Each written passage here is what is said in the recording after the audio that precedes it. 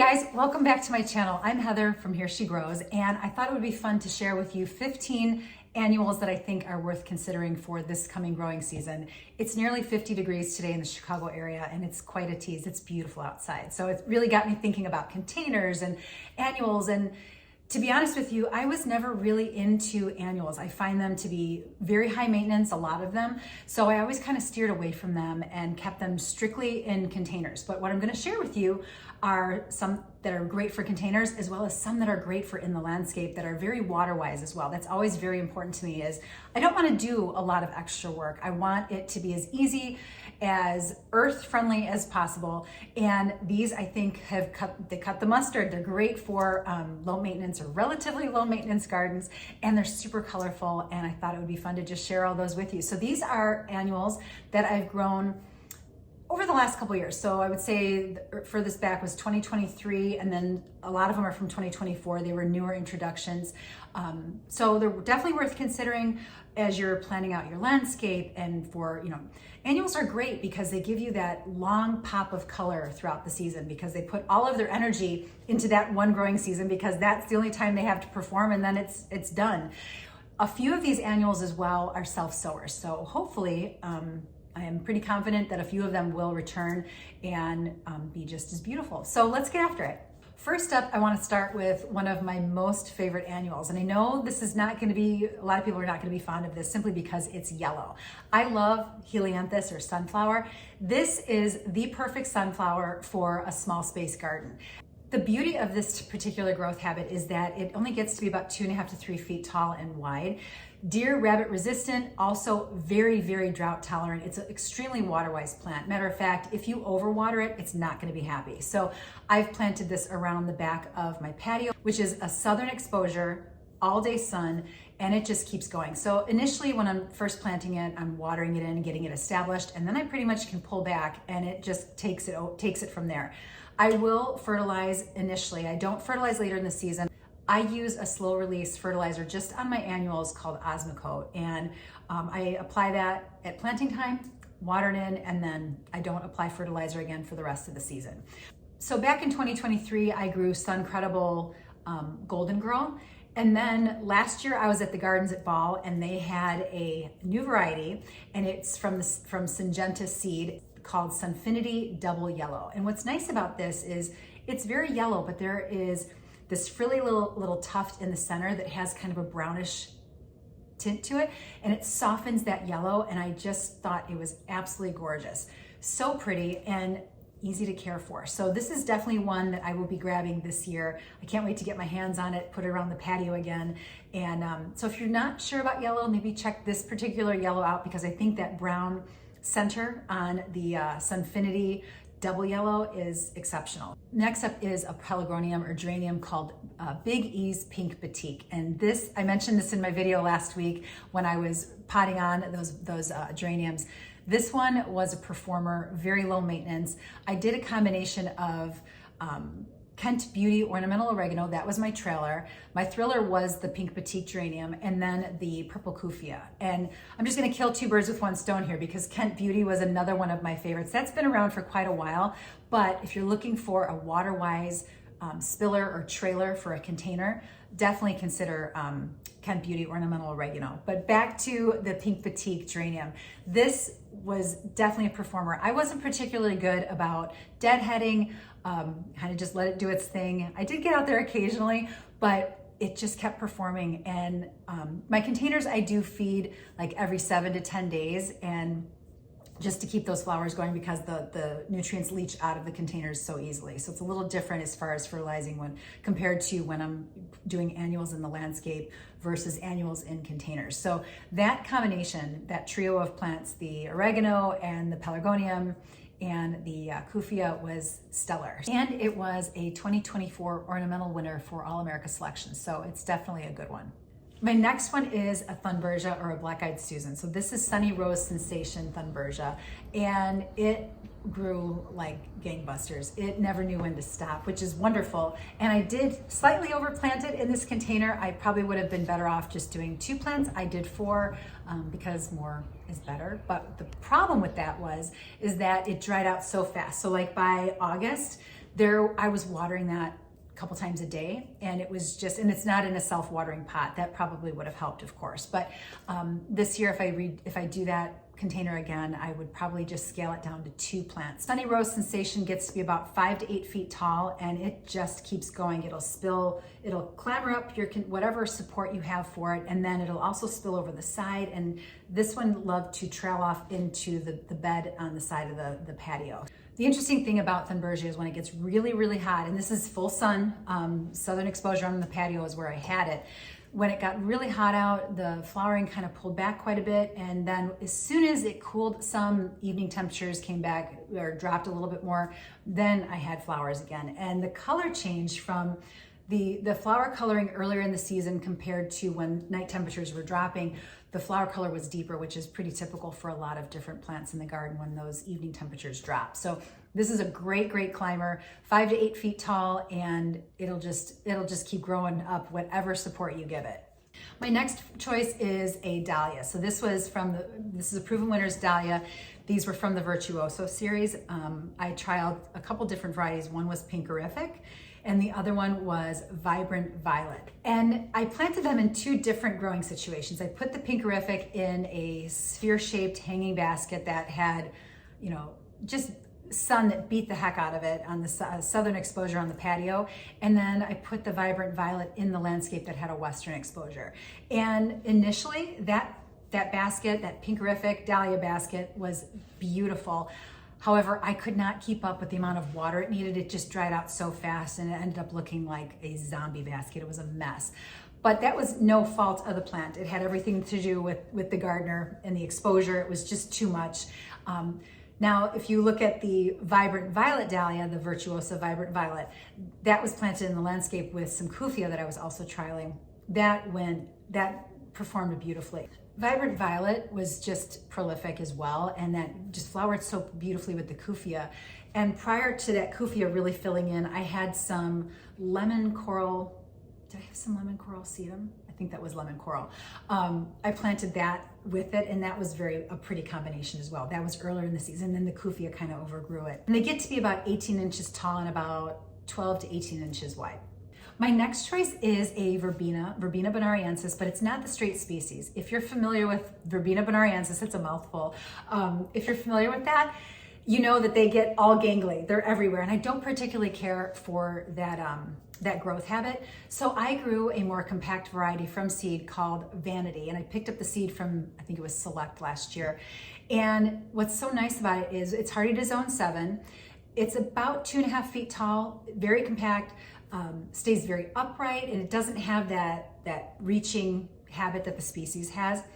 Pollinator magnet, you guys. It is. I went out there an early evening last August, and this whole patch of Vanity was just swarming with monarch butterflies. I ran in and grabbed my phone to film it, and then by the time I came back, there were 2 or 3 left, but they love this plant. And it was also the 2022 ornamental winner for All America Selection. So just a great plant. I didn't deadhead it. I allowed it to drop seeds so that hopefully I'll have another patch form around that Winecraft Gold Catalina that I have out there. It's still pretty small, but I thought that was just a lovely combination of that gold leaf on the Catalina and that very vibrant flower color of the Vanity verbena. This next annual is an impatient. It's a beacon coral impatient. So this is actually the first time I've grown impatiens in my garden. My mom always grew impatiens. She had a shadier garden when her maple tree was still alive. So I think it was back like around 2011 that impatiens downy mildew hit the United States, and then it wiped out the entire impatiens crop. So you could not get impatiens anywhere. And my mom, being a big fan of impatiens in her shade garden, was really disappointed because she loved them. She would put them in containers and in her landscape. And then we got this introduction of the beacon impatient, and they are downy mildew or impatiens downy mildew resistant. And it's just a fungus-like pathogen that completely decimates the plant. It just looks terrible. So, but with the beacons, they're resistant to that. I planted beacons in 2 different parts of my garden. So in one area, got a little bit more sun. It was beneath an ivory silk tree lilac, and then I had the hardy banana behind that. So there was some competition for moisture. So I did have to water that a little more frequently, but these were just prolific flowers and no sign fungus, nothing. They looked gorgeous. And then on the west side of the garden, and that got a little bit of afternoon sun, was the Pearl Island mix, and that was planted between some another variety of tree lilac, and they all performed beautifully. So if you're looking for something to give you a little bit of color in your shadier garden, definitely check out Beacon Impatiens. There are all different colors available. There's different color mixes. They fill in really well and create this beautiful, lush blanket of color in your shadier spaces. This next one is a self-sower, definitely a self-sower, but it was super fun to watch where it popped up, and sometimes that can be a problem depending on how you feel about self-sowers, but it's not a thug of a plant. It's easy to pull up if you don't like where it's at. This one is called Irish Poet Tassel Flower. Has the most beautiful, vibrant orange flowers on it. They're brush-like flowers, and the pollinators love it. It is another see-through plant, so it just kind of sways in the breeze and just keeps throwing up more flowers, and then it'll toss down some seed, and then the seed, you've got more plants. It's just a graceful plant, and if I didn't like where it was growing, I could just pull it out easily, and I'm hoping that several more will pop up this year. I'm pretty confident they will, but it's just an easy one to grow water-wise, very narrow stems. So really you just see these little puffs of orange everywhere. And I just think it's refreshing to watch it sway in the breeze, and all the pollinators, especially the bumblebees, couldn't get enough of this plant. This next one I saw at the Gardens at Ball. So every year I get invited to a media event at the Gardens at Ball in West Chicago. The Gardens at Ball just blow my mind every year. It's never the same, which is what's so refreshing about it. And you always come away with ideas, plant combinations, new plants coming out. And this is where I saw this next one. This is Canna Canova Bronze Peach. I first saw it back in, I think it was 2023, and really was hoping, or no, probably was 2022. And I really wanted to have it in the garden for 2023, couldn't find it anywhere. And then finally came across it last year and was able to plant it around the back side of my patio. And I planted it behind my Sunfinity, was it Sunbelievable Golden Girl Helianthus. So I think cannas in general get a bad rap for being water thugs. And sometimes they are, certain ones are really, really thirsty. I didn't find these to be particularly thirsty, especially in this location. I did, getting them established, provided plenty of water. And there were, when we were in drought, there were moments when I did provide some water, but I do not have a drip irrigation system. I just think there's this misconception that dahlias are real water thugs. And I've not found that to be the case with this particular variety. There are a few others out there too that I've enjoyed growing that do not demand a lot of water either. But I really liked this Canna Canova Bronze Peach because of those beautiful banana-like bronzy leaves and the peachy coral flower. That the flowers just kept coming, and they're very pollinator friendly. It gets to be about 2.5 to 4 feet tall, and even when it's not in flower, it's gorgeous. So I would plant these in containers as well as the landscape. They perform well in both locations. This next one is a new introduction from Proven Winners. Very pollinator friendly, very drought tolerant, looks great in the landscape as well as containers. So I had, it's part of a series, the Totally Tempted series. They're cupheas. So if you're familiar with cupheas, you know that they are pollinator magnets. So my two favorite ones though were, I had frosted violets in some self-watering containers on the patio, and I planted that. I used that as a spiller, kind of a mounder spiller underneath an annual hibiscus, which we'll talk about in a moment. But it was a beautiful spilling plant, and it was just very easy to take care of. I didn't deadhead it, didn't do anything to it, and it just kept billowing over the side of the container, and it just looked beautiful doing it. My most favorite one in the landscape was one called Vivid Violet, and I planted that with that vibrant violet dahlia that I mentioned earlier in the video, and that just kept flowering. Very prolific flowers, low maintenance, and just easy to take care of. So does great wherever you put it, just needs a lot of sun.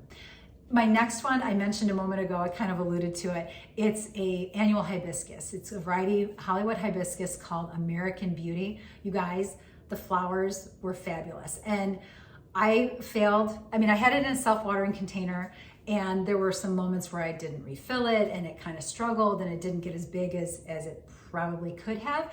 They top out around 3 to 4 feet tall and about 4 to 5 feet wide. Mine didn't reach that size, it's in a container, but it just kept flowering. I did have some issues with aphids, but it was easy to take care of. I just shot them with a strong spray from the hose to knock them off and solve that problem. But they just kept flowering, very easy to take care of, very pollinator friendly. So as far as water-wise, I think being in a self-watering container was definitely a benefit. I mean, if I had remembered to fill it as frequently as I should have, because it was a thirsty plant. And another thing is they are heavy feeders. To keep those blooms coming, you got to be consistent with that as well. But full sun, lots of color, and it just looked great. I thought it was beautiful, and had I not been negligent with refilling the reservoir for my self-watering container, I think it would have gotten even bigger. I was happy nonetheless with how it performed last summer. This next one is probably one of my most favorite annuals of all time, and I will always have it in my garden. That's how much I love it. This is a Bidens. This is campfire marshmallow. So I trialed I've never grown Bidens before. So my first experience with growing Bidens was this variety sent to me as a trial from Proven Winners back in 2023. And I put it around the patio, full sun. It just gets the heck beaten out of it, and this thing just kept going, and it's lovely, and it's the most perfect tiny little white daisy-like flowers all over it that just keep coming. The pollinators love it, and it just forms these beautiful mounds. It mixed well with the perennials that I have in that bed. So I've got some drops of Jupiter oregano, there's some Matrona sedum, there's Perovskia, there's a variety of different things that are very heat tolerant and drought tolerant. And Biden's campfire marshmallow, I can definitely vouch for that. I loved it so much that I decided that last year I needed to have it too. So 23 and 24, I had Biden's campfire marshmallow in the landscape, and I can't see my garden being without it moving forward. It's just that fabulous of a plant. It's so sweet looking, and it definitely looks like it might be delicate, but there's nothing delicate about this plant, and it really, really does perform. It gets to be about 8 to 14 inches tall with a spread of about maybe 18 inches, about 1.5 feet, something like that. And just constantly in flower. You don't have to deadhead it, and it's self-cleaning. It really is a lazy gardener's dream. It just does all the work. You just get to admire it, and I think that's wonderful when a plant does that for you. This next one is one that I planted back in 2023 in my head container, and it's very shade tolerant, very pollinator friendly. This is a Trinia or wishbone flower called Catalina pink, and it's kind of got like a snapdragon-like flower to it, and the flowers just keep coming. It's self-cleaning, continuous bloom, it's heat and shade tolerant. This thing, once it got going, was just constantly in flower. And it has this mounding, trailing habit to it. So it gets to be about 8 to 12 inches tall and wide. And it's just got this billowing effect to it. And hummingbirds loved it. I loved it. I so enjoyed watching this plant do its thing, and it was perfect. So if you're looking for a very shade tolerant flower that just doesn't know when to stop, this would be a good one to consider. I'm really excited about this next one. I was asked to be a pink pot ambassador for 2025 for wave gardening. Throughout this growing season, I'll be sharing with you all of my wave petunias and my cool wave pansies. I don't grow a lot of petunias, and last year I had the chance to grow a couple different varieties from Wave. They sent me some trials from their velour series. They had a variety called Navy Velour that I was bananas for. This particular variety gets to be about 6 to 12 inches tall and about 36 inches wide, and needs water, and if you feed it weekly, it will just flower nonstop for you. But I just loved it, and if you're into the goth garden trend, or you just love dark flowers or need something as an accent, this is definitely one to consider. This flower had a gorgeous shimmer to it in the sunlight, and then the flower was so deep, it was this deep purple, so nearly black, just spectacular. So that is my choice for petunia for this year. And last but certainly not least is a plant that I totally neglected last year. I planted it in a cement basket beneath a cherry tree, a dwarf cherry tree in my front yard. Lots of shade, just completely forgot about it. And then one day I happened to look at it, and I was like, oh my goodness, that's gorgeous. And it was just spilling over the side of it. I hadn't watered it much, and it was like all of a sudden it was there. And now that is a plant to talk about that you don't have to do anything with, and it's like it still keeps going. It's a begonia called Hulu White, and this thing just kept going well into fall actually. So it's kind of protected by that dwarf cherry tree, but I was just blown away by the sheer determination of this spilling, kind of trailing begonia. And I don't grow many begonias, and this one really jumped out at me because it was beautiful despite neglect. So I guess you could say it kind of thrived on neglect. It had the perfect conditions though. It wasn't overwatered, it had some bright shade, and it really just blew my mind. All right guys, so those are my choices for 2025, and it's always fun finding plants and being wowed by plants that maybe you're not too familiar with, and you get to know them just because they blew your mind in a growing season. And all of these blew my mind at some point in the last couple of years, and I thought they were worth talking about and sharing with you. I'm particularly fond of plants that don't ask a lot of me, and I feel like these plants that I've shared with you are definitely in that realm. So I hope you enjoyed the video, and I'll catch you in the next one. Thanks for watching. See ya.